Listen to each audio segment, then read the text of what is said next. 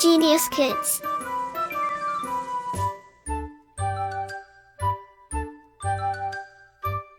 Cultivating love for learning. Lesson 6. Social change, mobile and settled communities. Knowledge acquisition.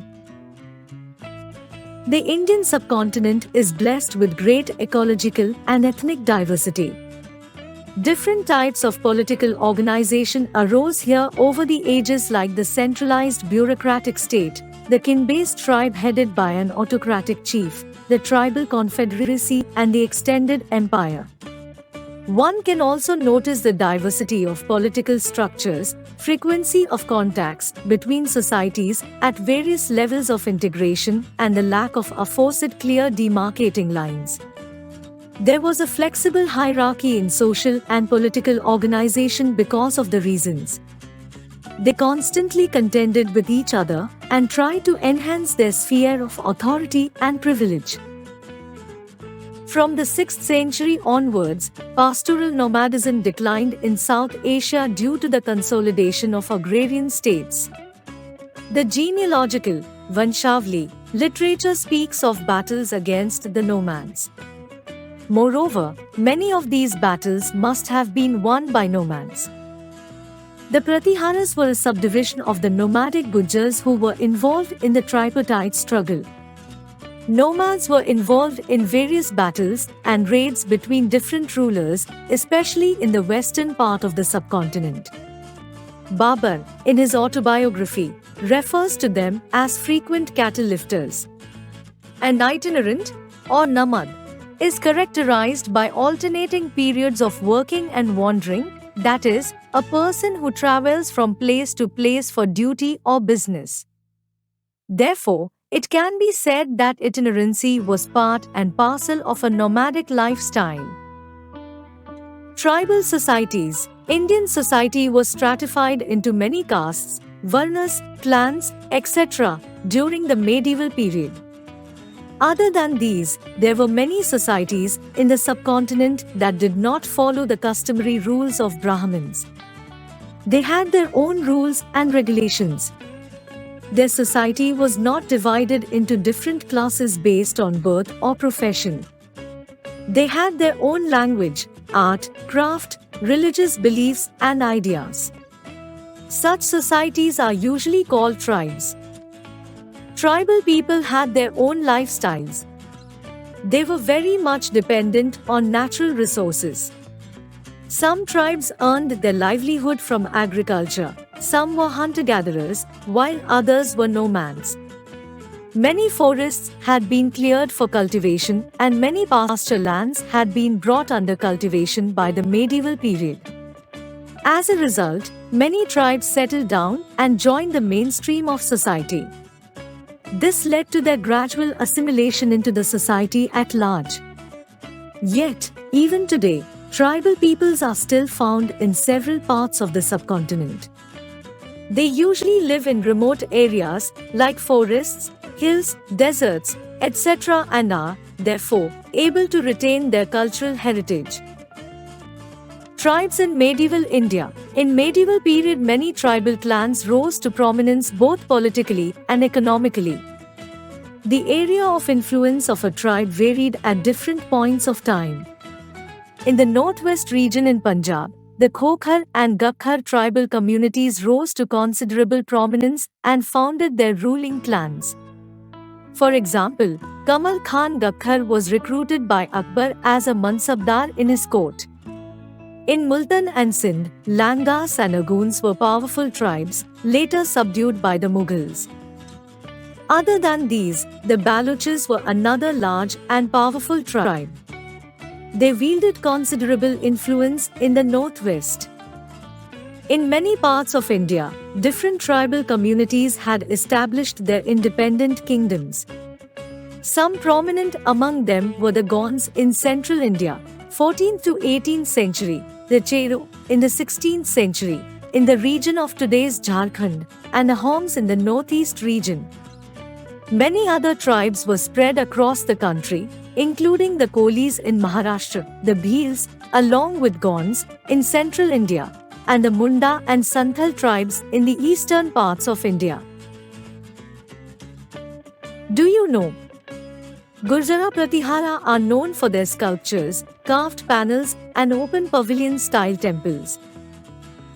Tribes, clans. From the 7th century onwards, one can find two strong social trends in India.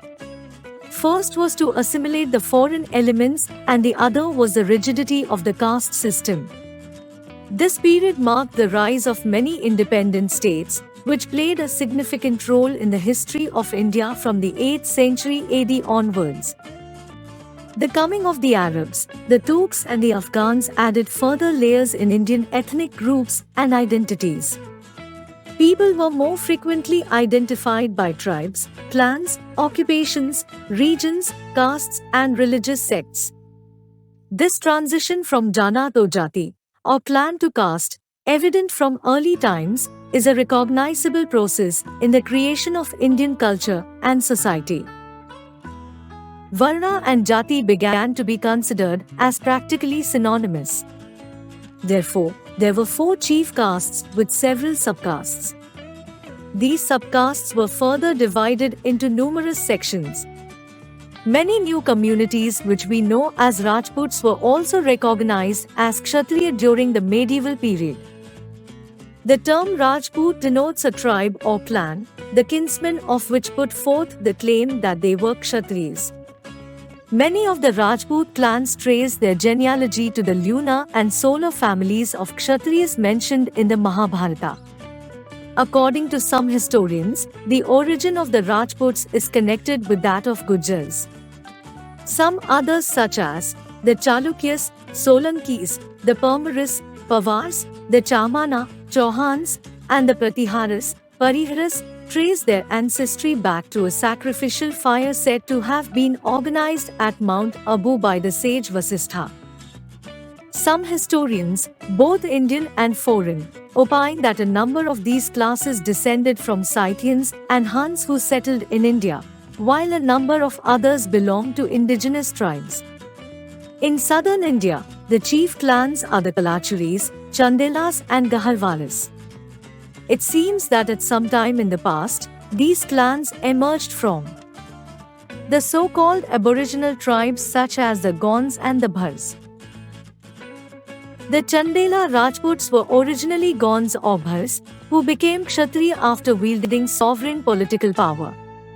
Similarly, the Gaharwalas are associated with Bhars, while the northern Rathore and the Bandalas are descendant of the Gaharwalas. The Pratihara dynasty is considered one of the most prominent Rajput dynasties. They are also known as Gurjara Pratihara because they too belonged to the Gujjar tribe of Rajasthan. Some historians think that they were from the Gurjara tribe of Central Asia that settled in India. According to Chand Bardai, of Prithviraj Raso fame, they originated from Agnikula Yajna, fire sacrifice. The Pratiharas claim that they were called Pratihara, literally means doorkeeper, as their ancestor Lakshmana served as a doorkeeper to his brother Rama. The Gurjara Pratiharas were called Aljuz by the Arabs. The geographical name of Gujarat is derived from Gurjara. Thus, we can conclude that social changes in the medieval period occurred because of social mobility in caste, class, occupations, and induction of foreigners in Indian society. To a large extent, the social system worked well during the medieval period. Changes in caste structure. Many historians and social scientists appear to have accepted the notion that caste divisions in society is a uniquely Indian feature. Caste is partly an outcome of a process, spread over thousands of years, whereby associations between many different racial and other groups crystallized into a single, stratified cultural system. This system became rigid with the passage of time, till a stage was reached where it became hereditary and immutable. There is considerable controversy among historians regarding the origins of the caste system. According to the conventional view, 3,000 or more castes of modern India have evolved from the four primitive classes, Brahmins, Kshatriyas, Vaishyas and Shudras, as a result of the process of intermarriage and subdivision. The other view is that castes developed from the associations of diverse racial, tribal, social and professional groups. When the Portuguese arrived in India in the 16th century, they found the Hindu community divided into several groups, which they called castes, meaning clans or families. This name stuck and became the word commonly used to describe the Hindu social groups. Perhaps the first faint trace of caste is to be found in the careful cataloguing of traders and professions in later Vedic literature. During the Vedic period, society was divided into four classes: Brahmins, learned and priestly class; Kshatriyas, ruling and warrior class; Vaishyas, agricultural and trading class; and Shudras, servants, laborers, dasas, etc. The Brahmins commanded great respect in the society. The Kshatriyas provided the rulers and soldiers. Only they took part in the warfare. They held high positions and status in the society. According to the Pali scriptures of the 5th and 6th century BC, people pursuing certain trades and professions were living apart. There were separate villages for Brahmins, potters, hunters and separate quarters in the towns for different trades and professions.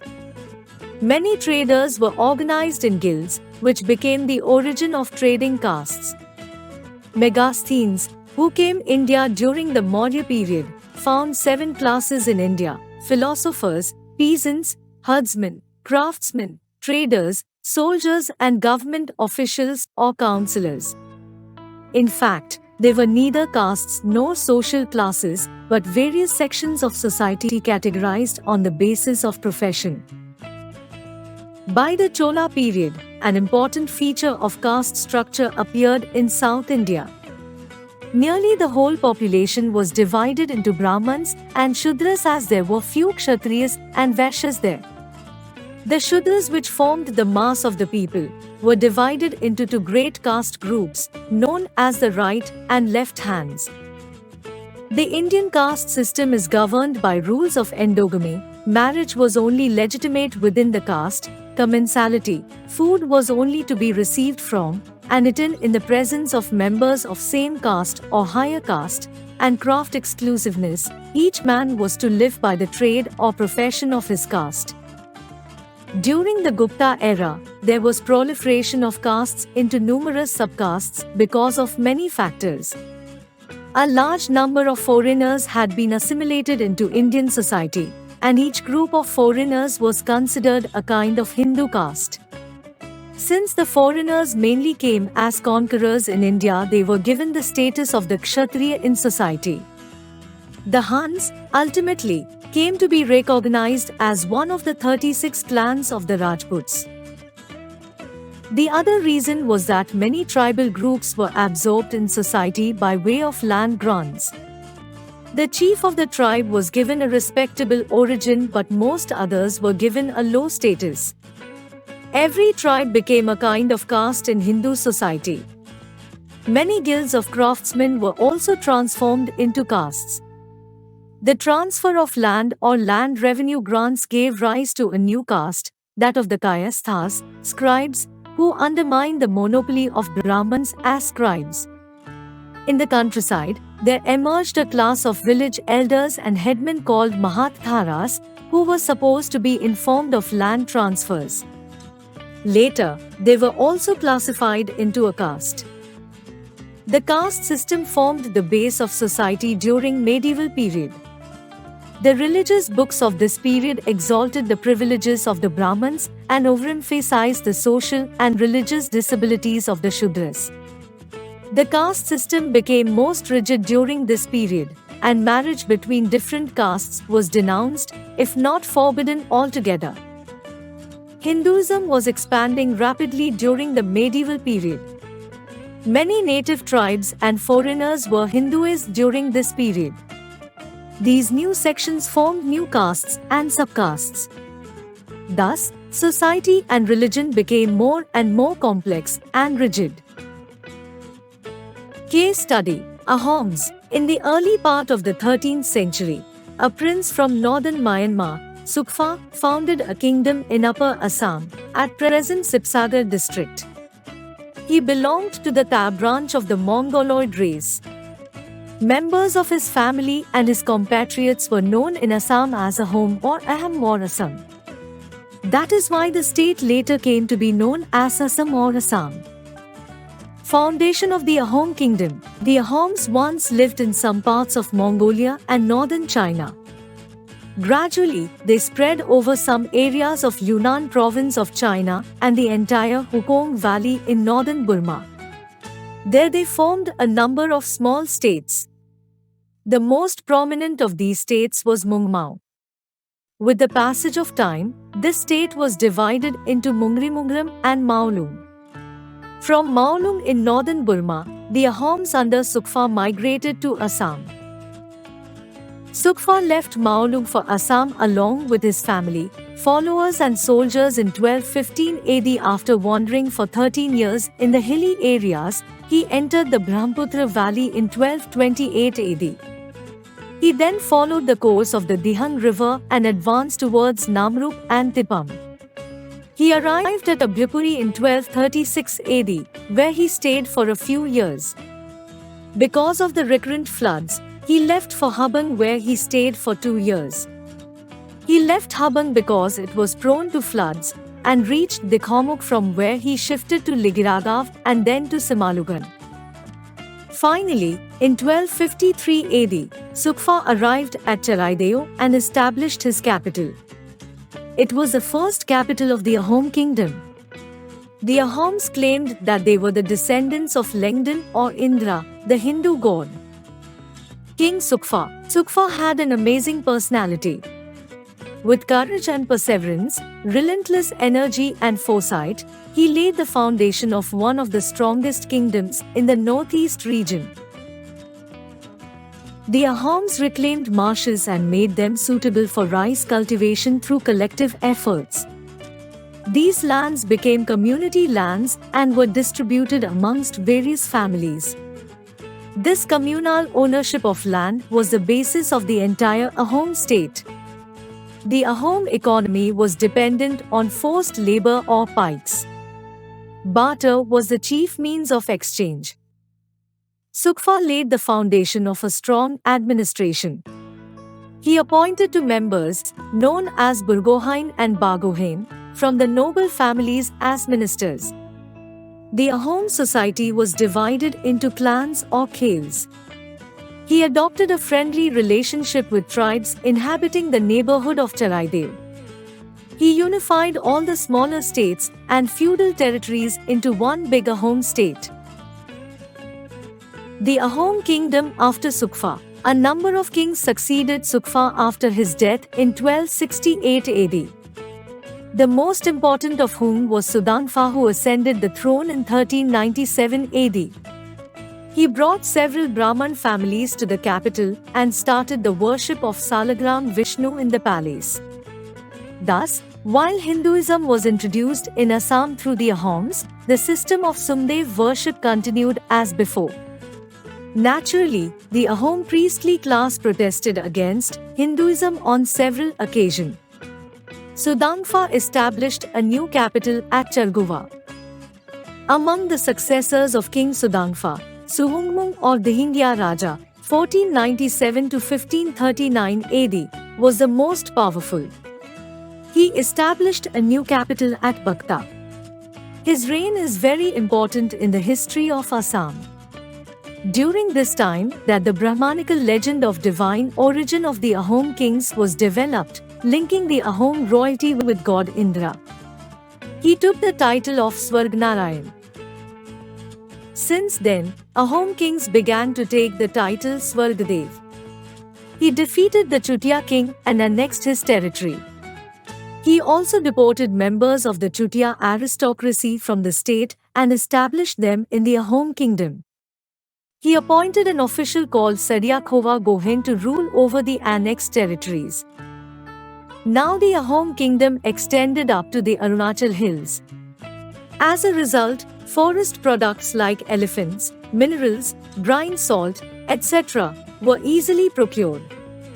Later on, Suhumung also subjugated the Bhuyans and annexed most of their territories. Similarly, Suhumung finally crushed the Kacharis and annexed their territory. Thus, the Ahom state extended up to Nagav in the South Brahmaputra region. Suhung added a third minister called Barpatra Gohain. Thereafter, at the top of Ahom administration, there were 3 ministers besides the king. Suhumung is considered as one of the real builders of the Ahom state. He undertook the first population census of his kingdom and brought different classes of craftsmen from outside his state and established them in his kingdom. Shankardeva started his Neo-Vaishnavite movement in Assam during his reign. He established friendship with King Pratapruddra of Odisha and excavated a tank near Jagannath temple. The Ahoms faced many invasions. In 1662, the Mughals attacked Ahoms, and despite brave defense they were defeated.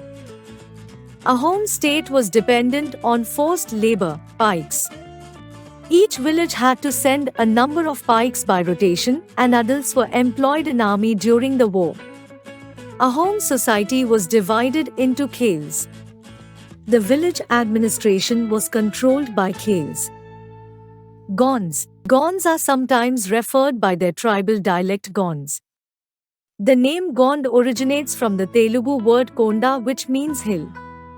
The Gond people are spread over the states of Madhya Pradesh, eastern Maharashtra, Chhattisgarh, northern Andhra Pradesh, and western Odisha with population of over 4 million people. They are the largest tribe in central India. Though Gonds can be found in almost all the districts of Madhya Pradesh, they are mainly concentrated into regions, central Madhya Pradesh and southern part of Chhattisgarh Bastar region. More than 20% of the Gonds in Chhattisgarh live in Bastar district, where their 3 main subcastes are Maurya, Murya and Dorla. The Gond kingdom was divided into Gards. Each Gard was controlled by a particular Gond clan. In turn, it was divided into Chaurasi, 84 villages, and Bahots, 12 villages. Their staples diets are 2 millets called kodo and kutki. Rice is a luxury food item that they relish during feasts and festivals. They grow tobacco and make liquor from the mahua tree. Gond men wear the dhoti and women wear a cotton sari. Gonds are mainly farmers. Agriculture, collecting minor forest produce, fishing, hunting, etc. are their main activities. They have a rich tradition of arts and crafts that include pottery, basket making, body tattooing, floor painting, making musical instruments, etc. Like many other tribes, Gonds worship a supreme god known as Bardev, whose alternative names are Bhagwan, Shri Shambhu, Mahadev and Persapen. Each Gond clan has its Persapen, who is the protector of the clan and is fervently worshipped. Village priests perform sacrifices and rituals for village festivals. The sacrifice of animals is an important aspect of their ritual. The Gonds settled in Gondwana between the 8th to the 13th centuries. After the 12th century AD, the Rajput dynasty in this region disappeared and Gond kingdoms were established at Kharla in Betul, at Deoghar in Chhindwara, at Gadmandal around Jabalpur and at Chanda near Bhandok, between the 16th and mid-19th centuries. Muslim writers describe about the rise of Gond states after the 14th century. The Akbarnama talks about the existence of the Gond kingdom of Gad Katanga that had 70,000 villages. We do not have much information about the early history of the Gadmandal dynasty. Sangram Singh was its most famous king. He was the lord of 52 districts. He was succeeded by Dalpat Shah, who married Durgavati, the Rajput princess of Mahoba. The king died early and Queen Durgavati took over the reins. In 1565, Asaf Khan invaded the Gond kingdom as a general of Akbar. The queen fought valiantly but was defeated by the powerful Mughal army. She committed suicide and the throne was given by Akbar to Chandar Shah on the condition that he ceded 10 northern districts, which later formed Bhopal. Narhar Shah, the last Gond Raja of Garmandal, was killed by Maratha General Morarji. Garmandal became a Suba of Marathas in 1781. The Marathas swept into the Gond region in the 1740s. They overthrew the Gond Rajas and seized most of their territory. Some Gond zamindaries, estates, survived until recently. Keywords: nomads, people wandering in groups; guilds, a medieval association of craftsmen or merchants; agrarian, related with agriculture; Rajput, a class of warriors related to Kshatriyas; caste, association of different racial and other groups welded into a single cultural system; Kayasthas, a caste of scribes; Gond, the name comes from the Telugu word Konda, which means a hill; Podo, a kind of millet; endogamy, marriage within a specific tribe or similar social unit. Let's revise. The Indian subcontinent is an area of great ecological and ethnic diversity. In medieval period, many tribal clans rose to prominence both politically and economically. The term Rajput denotes a tribe or clan, the kinsmen of which put forth the claim that they were Kshatriyas. Caste division is a unique Indian feature. During the Vedic period, society was divided into 4 classes: Brahmins, Kshatriyas, Vaishyas and Shudras. Megasthenes found 7 classes in India during the Maurya period. By the Chola period, nearly the whole population was divided into Brahmins and Shudras because there were few Kshatriyas and Vaishyas here. Many native tribes and foreigners were Hindus during the medieval period. These new sections formed new castes and subcastes. King Sukhfa founded the Ahom kingdom. Queen Durgavati died fighting the Mughal army. Like, share and subscribe.